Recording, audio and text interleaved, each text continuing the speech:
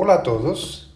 En vídeos anteriores nós analisamos uma maneira de transferir energia para um sistema ou retirar energia de um sistema, que é o calor. É uma maneira de transferir energia que está associada à diferença de temperatura entre dois sistemas, ou entre um sistema e a sua vizinhança. E neste vídeo vamos analisar uma outra maneira de transferir energia desde ou para um sistema, que é o trabalho. Existem algumas variáveis termodinâmicas que são chamadas variáveis de estado e outras variáveis termodinâmicas que são chamadas variáveis de transferência. O que são essas variáveis? As variáveis de estado é um tipo de variável que descreve configurações de equilíbrio de um sistema. Então, quando um sistema está em equilíbrio termodinâmico, nós podemos identificar grandezas macroscópicas que caracterizam o estado desse sistema, como, por exemplo, a energia interna, a temperatura, a pressão, o volume, o número de moles. Então, fornecendo uma lista destas variáveis de estado, nós podemos descrever o estado de equilíbrio de um sistema físico determinado. Existem outro tipo de variável termodinâmica que caracterizam as mudanças de estado de um sistema. São variáveis que descrevem, por exemplo, a transferência de energia, seja absorção ou perda de energia, através da fronteira do sistema. Então, como essa energia é transferida e retirada desse sistema, ou é fornecida para esse sistema, desde outro sistema qualquer. Então, nesta categoria temos o calor, que já foi analisado em vídeos anteriores, e o trabalho, que vai ser analisado na sequência neste vídeo. Vamos, então, primeiro analisar o trabalho associado a uma variação de volume de um sistema. Por exemplo, suponhamos que temos um gás no interior de um cilindro e suponhamos que a gente vai comprimir ou permitir a expansão do gás. O que nós queremos entender é como é realizado o trabalho durante uma variação de volume, considerando o comportamento das moléculas que compõem esse gás.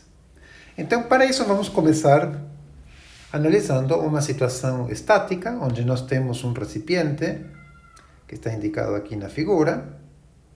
Dentro desse recipiente tem todas as moléculas que compõem o gás, e vamos identificar algumas dessas moléculas, e vamos analisar a colisão de uma molécula com uma superfície fixa do recipiente.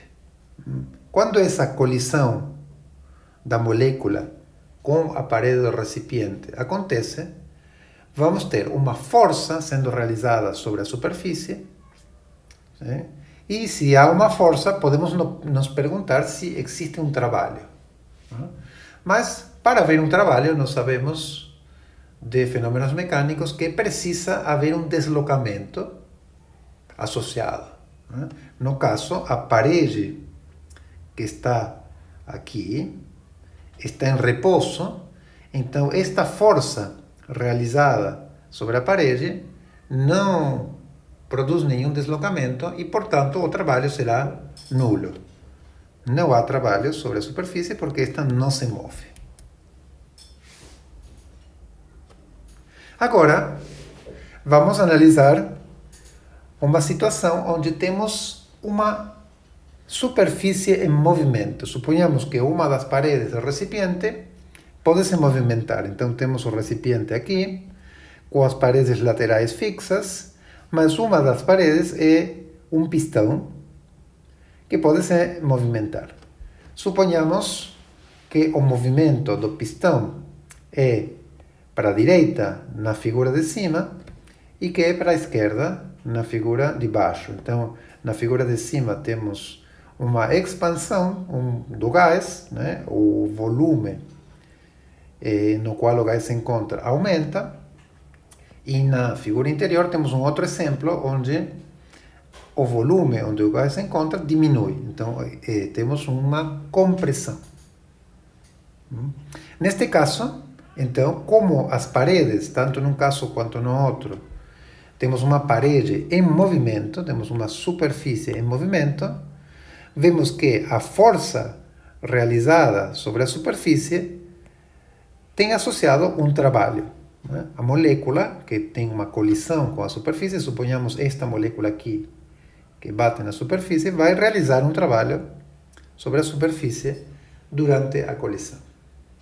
Analisemos os dois casos.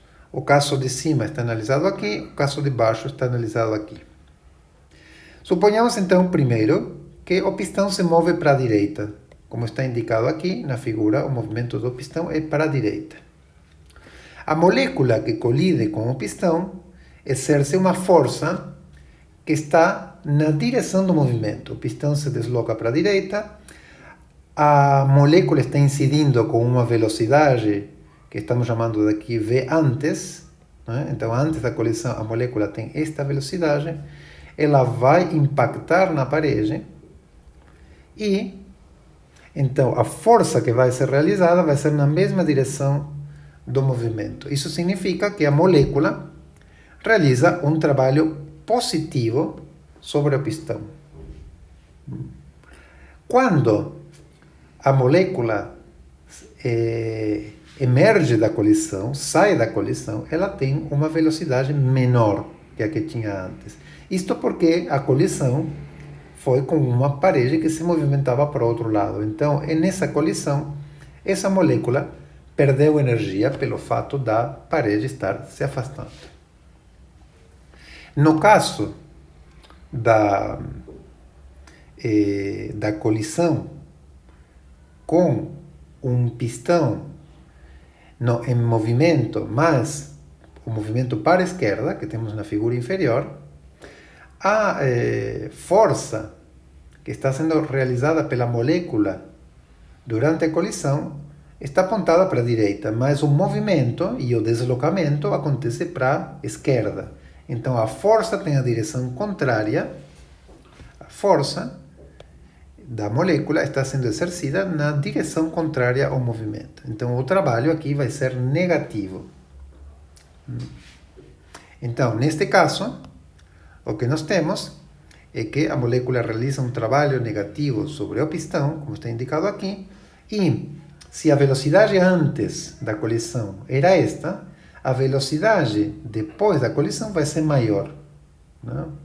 É como quando num jogo de tênis, por exemplo, ou de ping-pong, isto aqui é a raquete ou o instrumento com o qual o jogador bate na bola. Né? Se o jogador bate na bola para lá, então a velocidade da bola após a colisão vai ser maior. Se o jogador está vendo chegar a bola e acompanha o movimento na mesma direção da bola, a bola vai tender a ser refletida com uma velocidade menor. É a mesma situação. Então, resumindo, no caso da figura de cima, a molécula perde energia cinética e realiza trabalho positivo sobre o pistão. E no caso inferior, a molécula ganha energia cinética e realiza trabalho negativo sobre o pistão. Agora, analisemos uma situação como a que está na figura, aqui, onde temos um sistema cujo volume pode mudar. Por exemplo, um gás, que é o gás que está indicado aqui no interior do pistão. Né? Temos um cilindro com um pistão móvel. As moléculas estão impactando sobre o pistão e elas estão produzindo uma força que aponta para a direita. Então aqui, com esta seta vermelha, estou indicando a força. A força é a pressão exercida pelo gás vezes a área do pistão. Então, esta seria a força exercida sobre o pistão. Então, estamos supondo que o pistão possui uma área A e que a pressão exercida pelo gás sobre o pistão é P, e, portanto, a força exercida pelo gás sobre o pistão é F igual a P vezes A. Quando o pistão se move por uma distância infinitesimal diferencial de x, então estamos deixando que o gás empurre o pistão para a direita. Então, quando esse pistão se desloca uma pequena distância, indicada aqui, dx, nós vamos ter um certo trabalho realizado por essa força. Esse trabalho, por ser um trabalho associado a um deslocamento infinitesimal dx, vamos chamar de trabalho infinitesimal dW, diferencial dW. E esse trabalho, então, dW é a força vezes o deslocamento. Mas a força nada mais é do que a pressão multiplicada pela área. E multiplicamos por dx. Então é isso que está escrito aqui. Mas agora podemos reorganizar isto daqui, juntar a área com dx, e a área multiplicada por dx seria esta área aqui, multiplicada por este dx aqui. Então isso vai dar este volume que está aqui indicado nesta figura. Né? Por isso que, por ser um volume associado a um deslocamento muito pequeno, um deslocamento diferencial, vamos chamar isto de diferencial de volume, diferencial de V. Então, o pequeno trabalho dW realizado pela força exercida pelo gás sobre o pistão é dado pela pressão vezes a pequena variação de volume.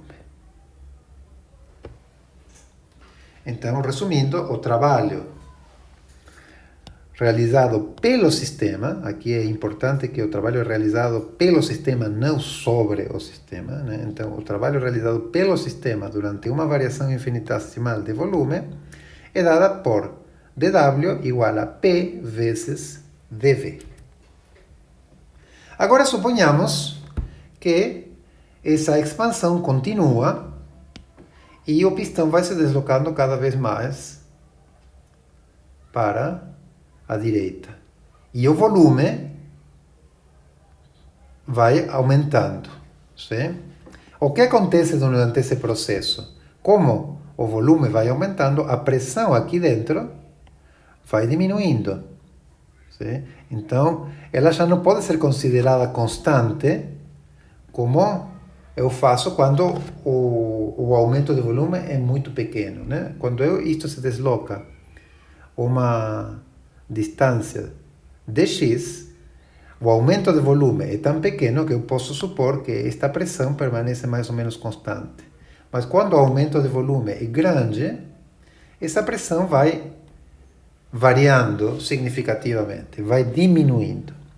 Então, o que eu preciso fazer para calcular o trabalho numa variação finita de volume é integrar o trabalho infinitesimal, sim? Este trabalho infinitesimal, que acontece durante um deslocamento pequeno. Então, isso que está sendo feito aqui. O trabalho para uma variação finita de volume, desde V1 até V2, vai ser dado pela integral dos pequenos trabalhos realizados em expansões infinitesimais. Então, isso vai dar como resultado uma integral entre V1 e V2 de P dV. Isso, então, acontece porque, em geral, a pressão do sistema varia durante a variação do volume. No caso do exemplo anterior, ela vai diminuindo. Então, para calcular a integral acima, devemos saber como a pressão do sistema varia em função do volume. Como é necessário conhecer essa variação para calcular o trabalho, é importante realizar um diagrama de pressão em relação o volume. E esse diagrama chama-se diagrama P versus V, ou diagrama PV. Então, nesse diagrama a gente coloca, por exemplo, a pressão no eixo vertical, o volume no eixo horizontal, e a gente vai indicando para cada volume como vai variando a pressão. Por exemplo, a pressão inicial é esta daqui. À medida que o volume aumenta, a pressão diminui, né? À medida que o pistão vai se expandindo, o sistema vai se expandindo, até que em um certo instante temos uma pressão final e um volume final, né? Então a pressão diminuiu bastante e o volume aumentou bastante, né? Então a pressão estava aqui e diminuiu para este valor, o volume estava aqui e diminuiu para este, e aumentou para este valor. Sim? Então essa é a importância do diagrama PV, ter uma compreensão de como varia a pressão com o volume. Numa figura ou num diagrama deste tipo, nós sabemos que a integral de P de V tem como significado geométrico a área embaixo da curva. Então esta área que está aqui embaixo da curva, entre o volume inicial e o volume final, indica o valor do trabalho.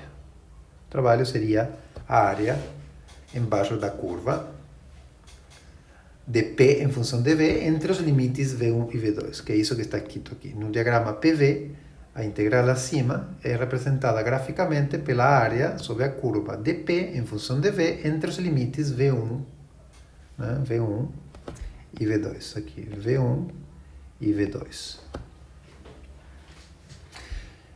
Bom, vamos dar alguns exemplos, sim? Que envolvem um trabalho de expansão e de compressão. Sim? Esses exemplos estão indicados aqui em 3 figuras diferentes, estão indicadas aqui. Sim?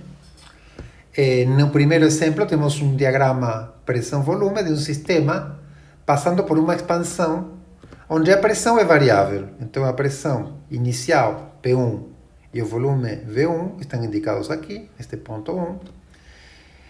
À medida que o sistema se expande, a pressão diminui, até que se chega nesta situação final no ponto 2. Como falamos antes, a pressão é a área sobre a curva, o trabalho é a área sobre a curva, como está indicado aqui, é a integral entre V1 e V2 de P de V. E esta área é positiva. Sim? Estamos integrando desde um volume pequeno até um volume maior. Sim? Então, isso está indicado aqui. O trabalho é positivo quando há uma expansão. Neste caso, o trabalho é realizado pelo gás. Né? Um exemplo similar é dado na figura C. Temos a pressão em função do volume, o sistema está nesta situação, o gás se expande, mas está tendo uma expansão a pressão constante. Depois vamos ver que essa expansão a pressão constante envolve uma absorção adicional de energia por calor. Né? Mas, por enquanto, o que nos interessa é simplesmente ver que o trabalho realizado aqui é a área deste quadrado, porque a expansão se realizou a pressão constante. Né? E neste caso também é positivo, sim? Porque a integração é de um volume menor para um volume maior. E finalmente, vamos analisar um caso que envolve um trabalho de compressão. Aqui o sistema está inicialmente com este volume e esta pressão, e à medida que o sistema vai sendo comprimido, ele vai se deslocando para a esquerda e vai aumentando a pressão e diminuindo o volume. Sim? Então a integral está sendo realizada de direita para a esquerda. Nós sabemos do curso de funções de uma variável que quando uma integral é realizada de direita para a esquerda, ela tem o sinal contrário da mesma integral realizada de esquerda para a direita. Né? Então, neste caso, temos uma área que fica em cima do eixo horizontal, mas a integral sendo realizada de direita para a esquerda significa que o valor da integral vai ser negativo, né? É simplesmente uma questão de funções de uma variável. Então, isto aqui indica que quando há compressão, o trabalho é negativo. Neste caso, estamos vendo que o trabalho é realizado sobre o gás. Bom, agora vamos dar um outro exemplo.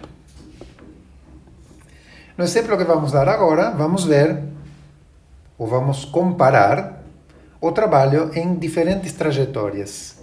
Em todos os casos, vamos ter que, inicialmente, o sistema está no ponto 1 e, no estado final, o sistema está no ponto 2. Né? Então, temos diferentes caminhos.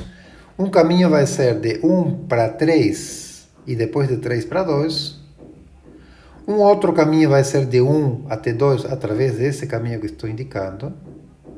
E, finalmente, uma outra alternativa vai ser ir de 1 até 4, a volume constante, e depois de 4 até 2, a pressão constante. São 3 exemplos diferentes e nós queremos comparar o trabalho nessas 3 circunstâncias. Certo? Vamos então analisar primeiro o caminho 132. 132. Isso está indicado aqui à direita.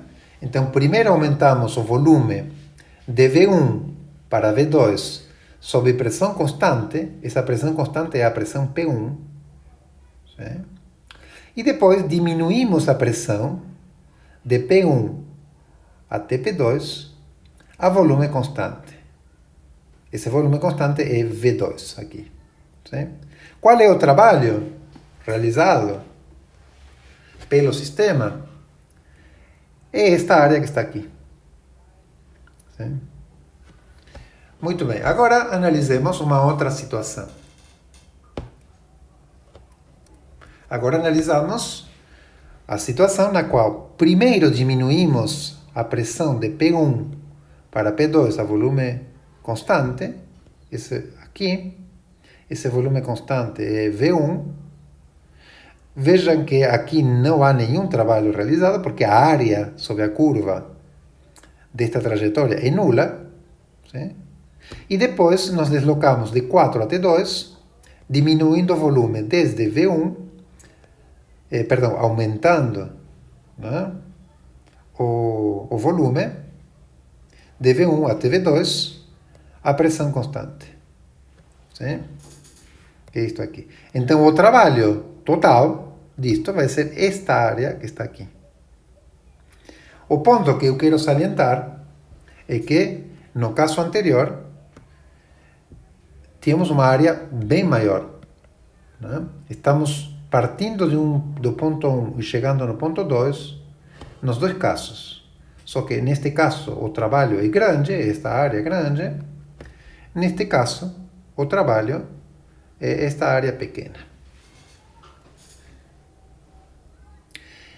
E, finalmente, vamos analisar o trabalho de 1 até 2 através desta trajetória que está aqui. Certo? Neste caso, aumentamos o volume de V1 até V2 e enquanto a pressão vai diminuindo gradativamente, desta maneira aqui indicada. A área é diferente, novamente. Então, aqui temos um resumo dos 3 caminhos, as 3 diferentes trajetórias, né? Isso chama-se trajetória termodinâmica, né? Esses deslocamentos no plano pressão versus volumes chama-se trajetória termodinâmica. E vemos que diferentes trajetórias entre o mesmo ponto inicial e o mesmo ponto final, porque nos 3 casos partimos do mesmo lugar e chegamos no mesmo lugar, dão como resultado trabalhos diferentes. Então, isso é um fato muito importante que está resumido aqui embaixo. O trabalho realizado por um gás entre um estado inicial 1 e um estado final 2 depende do tipo de processo que é utilizado para ir de 1 até 2. Costuma-se dizer que o trabalho depende da trajetória no plano PV. Vamos dar mais um exemplo aqui, que é o exemplo do trabalho numa trajetória fechada. A gente chama trajetória fechada quando o estado do sistema inicial é, por exemplo, aqui o ponto A, né, que é caracterizado por esta pressão e este volume. Produzimos, por exemplo, uma expansão, vamos até um outro ponto, e depois voltamos por uma trajetória até o estado inicial. Então, inicialmente, no estado inicial e no estado final, o estado é o mesmo. Sim? É fácil ver que, quando a gente vai de A até B, o trabalho realizado é a área sobre a curva. Seria esta área que está aqui. Com sinal positivo. E quando a gente vai de B até A, temos esta área sobre a curva, que estou indicando em verde, e o trabalho realizado pelo gás em negativo. Sim? Então, a diferença entre a área que eu indiquei em amarelo e a que eu indiquei em verde é esta área que está aqui, que agora estou indicando em vermelho. Aqui. Sim? Então, a área delimitada pelo caminho, a área encerrada pela trajetória fechada, é o trabalho realizado durante o processo ABA. Neste caso, é negativa, como indicado aqui, né? Porque a área verde é maior que a área amarela. E a área verde é negativa. Bom, e agora vamos, antes de dar um exemplo, vamos falar sobre uma questão bastante importante que tem a ver com a convenção de sinais do trabalho. Existem na literatura diferentes definições para o trabalho que envolvem sinais diferentes. Eu defini o trabalho como trabalho realizado ou sendo realizado pelo gás. Então, na expressão anterior, eu escrevi, se vamos para uma slide anterior, eu escrevi o trabalho como a integral de PDV, com um sinal mais aqui na frente. Sim? No entanto, existem livros e artigos científicos onde o trabalho é definido com um sinal menos aqui na frente. Sim? Não há nada de errado em nenhuma das duas definições. São simplesmente convenções diferentes do trabalho. Quando a gente usa o sinal mais na frente da integral, a gente está se referindo ao trabalho realizado pelo gás. Então, quando usamos o sinal mais, a gente está se referindo ao trabalho realizado pelo gás. Os livros que usam um sinal menos na frente do trabalho estão dizendo que este W se refere ao trabalho realizado sobre o gás. Sim? Em um caso, estou dizendo quanto trabalho o gás realizou sobre um pistão, por exemplo, e neste caso estou vendo justamente o contrário. Quanto trabalho o pistão realizou sobre o gás. Então, quanto quanta energia foi absorvida pelo gás, né? Se o pistão estava comprimindo o sistema, por exemplo. Né? Então, é muito importante prestar sempre atenção a que tipo de convenção está sendo utilizada no livro de texto, no trabalho científico, ou no exercício, ou no problema que está sendo resolvido. Então, é importante prestar atenção se o trabalho é trabalho sobre o gás ou se é o trabalho pelo gás. Porque nessa definição temos a informação sobre o sinal de W. O sinal na definição de W. né? Então, resumindo, quando W representa o trabalho realizado sobre o gás, o trabalho em um processo de compressão é positivo e o trabalho numa expansão é negativo, ou seja, justamente o contrário do que eu mostrei num slide anterior. Então, quando a definição é diferente, esta descrição que eu dei aqui, para trabalho de expansão e de compressão, é justamente a contrária. Lembrando, então, que ambas as maneiras são corretas, simplesmente temos que prestar atenção qual é a definição que está sendo utilizada. Então, isso está enfatizado aqui. Em seus estudos, em outros cursos de engenharia, de química ou de física, ou na leitura de outros livros de física, assegure-se de verificar que convenção de sinais está sendo utilizada.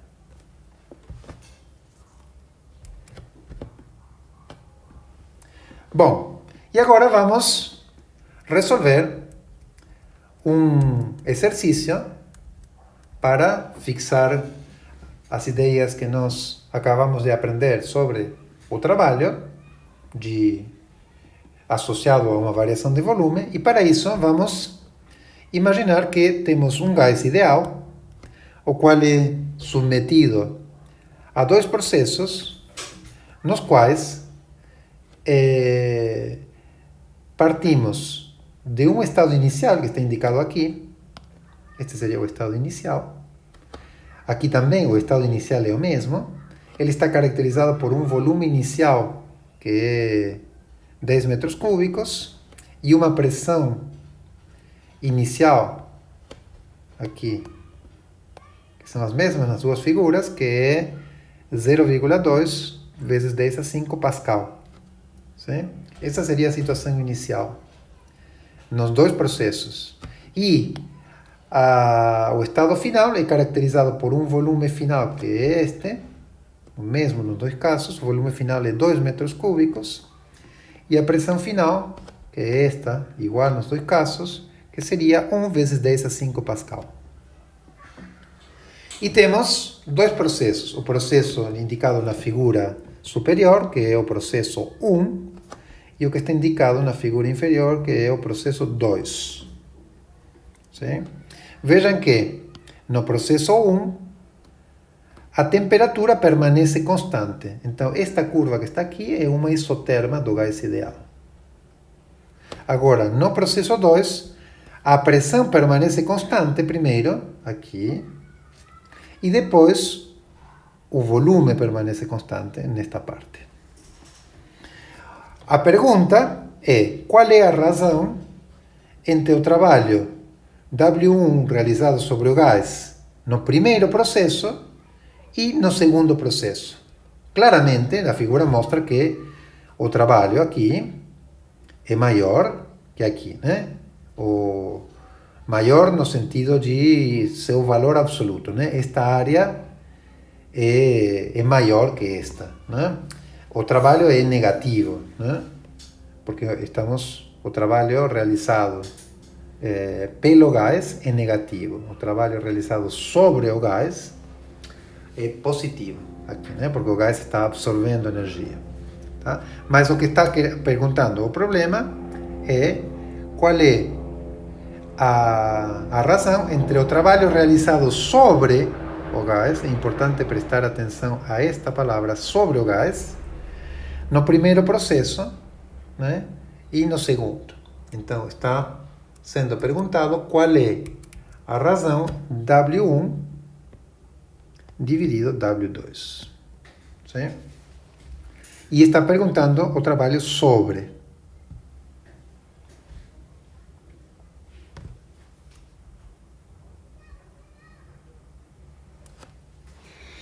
Muito bem.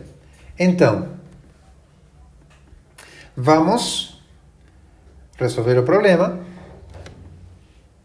Para o processo 1, precisamos primeiro expressar a pressão como uma função do volume usando a lei do gás ideal. Então, como o gás ideal, a pressão vai ser dada por nRT dividido V. Sim?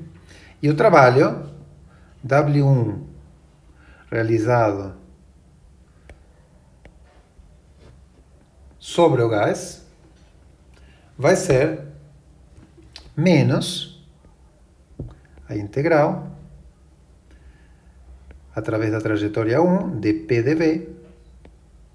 Sim? Vejam que, então que estou colocando o sinal menos, como foi indicado antes, sim? Porque estamos aqui calculando o trabalho realizado sobre o gás. E agora, vamos substituir no lugar da pressão, aqui, vamos substituir nRT dividido V, a integral, né, realizada no volume. Entre que valores? Entre volume inicial e volume final. Essa integral pode ser realizada facilmente porque, como o processo 1 é um processo a temperatura constante, isto aqui é uma constante, então pode sair fora da integral. O número de moles é constante, R é constante, a temperatura é constante e só fica dentro da integral diferencial de V dividido V, entre V inicial e V final. Agora realizamos esta integral e isso vai dar como resultado nRT, perdão aqui porque eu esqueci de colocar o sinal menos, né, aqui na frente, que era esse menos que eu tinha antes. Sim? Aqui temos menos nRT, a integral de dV dividido V é o logaritmo, avaliado entre o estado final, que é VF, e o estado inicial, que é VI. E este seria o resultado. Para o processo 2, nós temos aqui que na primeira trajetória temos um trabalho e na segunda trajetória temos um trabalho nulo. Sim? Então, o único que contribui é o trabalho na primeira trajetória, que seria isto daqui. Então, vamos fazer esse trabalho, W2, como é sobre o gás, vamos colocar menos a integral sobre a trajetória 2 de P de V. Sim? A pressão é constante nesta trajetória aqui é constante, então pode sair fora da integral. Então, como é constante, pode sair fora da integral. E temos a integral de diferencial de V entre V inicial e V final. Que isso vai dar como resultado, perdão, porque aqui esqueci de novo o menos, aqui na frente, que era este menos. Sim? Então, isto vai ser menos P, mas esta pressão que eu tirei fora da integral é a pressão que está aqui. É esta, é a pressão inicial. Então, vamos colocar esse subíndice aqui, pressão inicial. Então, isto é menos pressão inicial, que multiplica a integral de diferencial de V entre VF e VI. Então, seria isso daqui, VF e VI. E esse seria o resultado. Né? Isto está escrito exatamente o mesmo que eu acabei de escrever. Está aqui, então o trabalho W1 é menos PIVI. Vejam que eu não tinha feito isso, mas nRT, pela lei do gás ideal, pode ser escrito como menos PIVI, ou também, se eu quiser, como menos PFVF. Então, por isso que o resultado está escrito desta maneira, para ficar em função dos dados do problema, que são as pressões e os volumes. E aqui, o W2 está escrito como nós escrevemos antes, menos PI, VF menos VI. E agora, simplesmente, usando os resultados anteriores, vamos escrever o quociente, que é o que pergunta o problema. W1 dividido W2. Sim? Ambos trabalhos têm um sinal menos que cancela, né? Então temos menos PIVI pelo logaritmo de VF dividido VI, sim? Dividido menos PI por BF menos VI. Aqui o menos vai embora. A pressão inicial também cancela. E é só fazer a conta, né? Eu escrevi isto aqui, este quociente. Já o menos já foi cancelado aqui. A pressão pode ser cancelada também. É só obter este resultado e substituir os valores numéricos aqui, né? E o quociente, então, entre ambos os trabalhos, vai dar 2,01. Quer dizer que este trabalho, neste processo, é aproximadamente o dobro do que o trabalho realizado neste processo. Então, isso confirma que o que já sabíamos de antes, que o trabalho depende da trajetória realizada depende da trajetória realizada no diagrama termodinâmico.